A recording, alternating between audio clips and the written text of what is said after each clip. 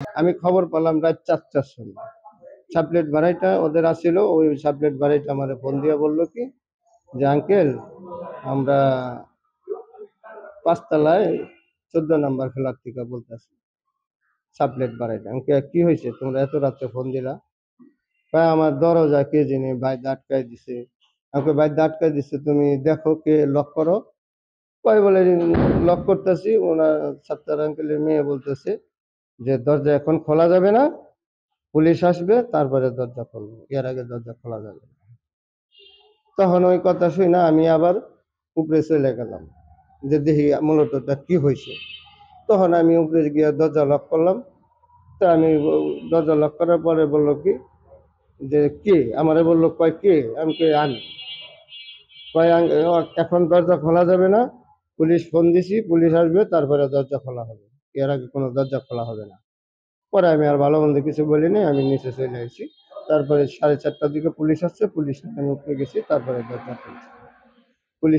পুলিশের দরজা খোলার পরে পুলিশের অবস্থায় যে অবস্থায় পাইছে ওই অবস্থা পুলিশের কাছে জবানবন্দি দিয়েছে। পুলিশ ওই মেয়ে সহ কয়জনকে থানায় নিয়ে? 3 জনকে, মেয়েকে এবং মেয়ের 2 বোনকে, ওই 2 বাস্তি, ওই সাত্তার আঙ্কেলের সাত্তার ভাইয়ের বাস্তি, 2 বাস্তি এবং ওই মেয়ে, 3 জনকে থানায় নিয়ে যায়।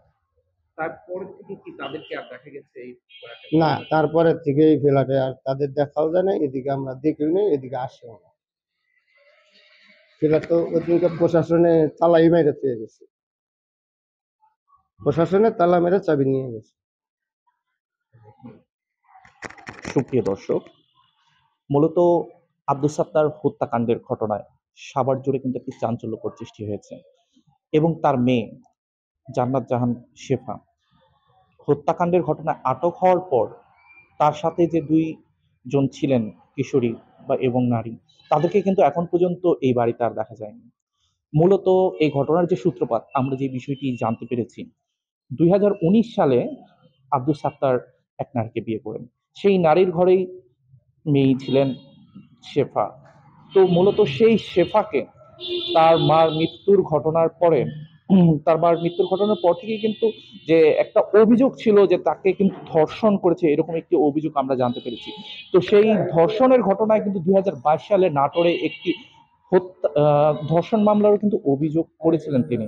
তো সেই ঘটনার পরে তার বাবা আব্দুস সাত্তার তাকে একটি চুরির অপবাদ দিয়ে তার বিরুদ্ধে একটি মামলা দায়ের করেন।